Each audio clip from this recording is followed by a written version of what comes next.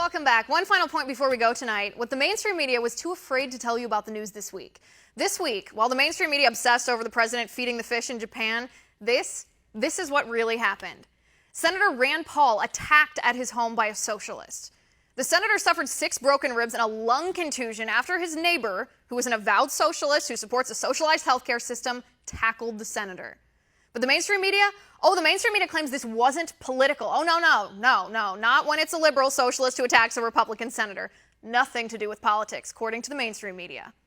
A judge in California overturned a law that forced pro-life crisis pregnancy centers to advertise free abortions. Yes, that law was really a law, compelled speech. These pro-lifers were forced to advertise free abortions provided by the state, even though abortion violates their religious belief. Thank goodness for this judge that nixed the law. She said the state doesn't have a right to force people to push abortion. But did you hear about this from the mainstream media? Of course not a word.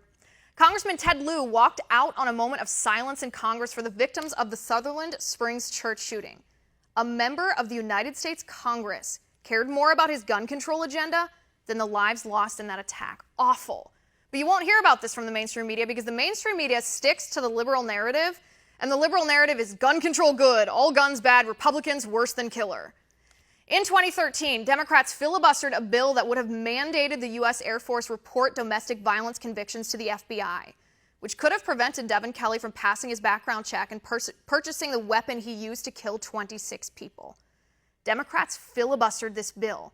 The same Democrats who immediately said we must take legislative action on gun control following the shooting.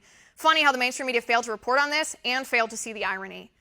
Last but not least, the rapper Snoop Dogg released his latest music video. In the video, he is standing over the dead body of President Trump, apparently murdered. Imagine just for 1 second here if this had been reversed. If a white country singer released a song standing over the dead body of President Obama. But this violence coming from the left aimed at President Trump, we hear nothing from the mainstream media.